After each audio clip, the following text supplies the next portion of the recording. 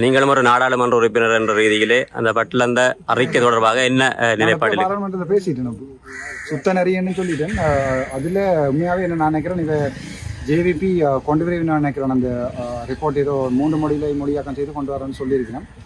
அது ஒரு பிரச்சனையாக போகும். இது பொலிட்டிக்ஸ் தானே, எப்போ பிரச்சனையாக போகும். கடந்த காலத்தில் மாநில சபையில் என்ன நடக்கிறன்றதே எங்களுக்கு உண்மையாகவே தெரியாது. அதான் நடந்தது. ஏனென்றால் எவ்வளோ ஆசை வருது, எவ்வளோ போஸ் போகுது, எங்கே காசு ஒதுக்கப்பட்டது ஒன்றுமே இருக்கிறதுன்னு தெரியாது.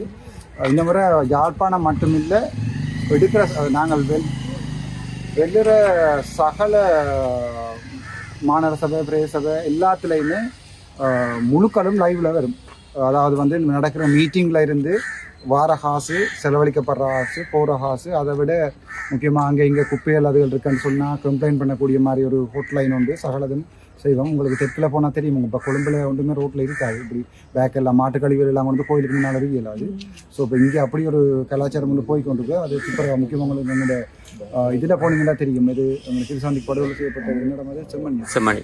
அதுக்குள்ளே போனீங்கன்னா தெரியும். அந்த வயலுக்குள்ள அந்த வயலோரங்கள் அதில் இதில் மருத்துவ கழிவுல இருந்து எல்லாமே போடுபட்டிருக்கு.